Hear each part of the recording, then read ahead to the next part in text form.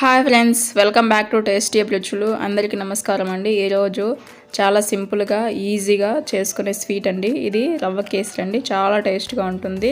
పిల్లలు కూడా చాలా ఇష్టంగా తింటారు. మీరు కూడా ట్రై చేసి చూడండి.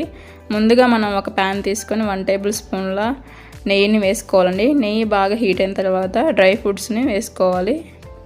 బాదం పప్పు, జీడిపప్పు, కిస్మిస్ని వేసుకొని దోరగా ఫ్రై చేసుకోవాలండి. ఈ విధంగా ఫ్రై అయిన తర్వాత 1 కప్పు బొంబాయి రవ్వను వేసుకోవాలండి. అదేనండి, ఉప్మా రవ్వ 1 కప్పును వేసుకోవాలి.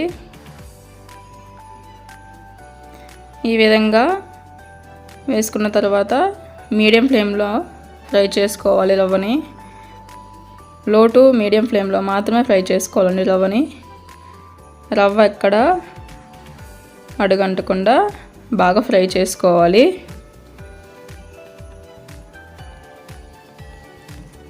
ఈ విధంగా దోరగా ఎర్రగా వేగాలండి రవ్వని. ఈ విధంగా వేగిన తర్వాత ఇందాక మనం కప్పు రవ్వకి 4 కప్పుల వాటర్ వేసుకోవాలండి. ఈ విధంగా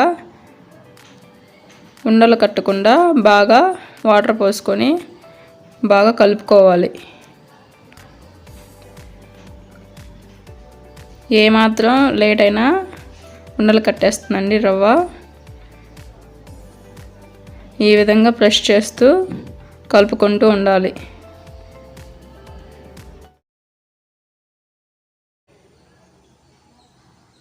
ఒక కప్పు పంచదార అండి. మీ స్వీట్కి సరిపడా వేసుకొని కలుపుకోవాలి. కలుపుకుంటూ ఉన్న తర్వాత ఈ విధంగా ఉడికించుకున్న తర్వాత 2 యాలకులను వేసుకోవాలండి దంచి. మధ్య మధ్యలో ఉండలు కట్టుకోకుండా ఈ విధంగా కలుపుకుంటూ ఉండాలి. ఈ విధంగా ఉడికిన తర్వాత కొంచెం 1/2 టీ స్పూన్ ఫుడ్ కలర్ వాటర్లో కలిపి ఈ విధంగా వేసుకోవాలండి. ఈ విధంగా వేసుకున్న తర్వాత ఈ విధంగా మిక్స్ చేసుకుంటూ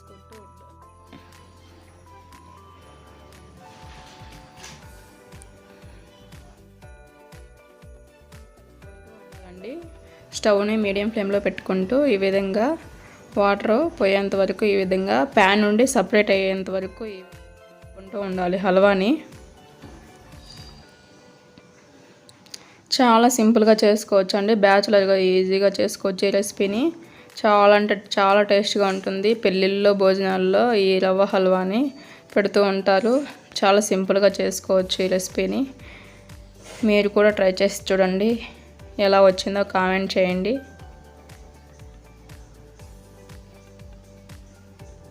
ఈ వీడియో మీకు నచ్చినట్లయితే please like, share, subscribe to my YouTube channel.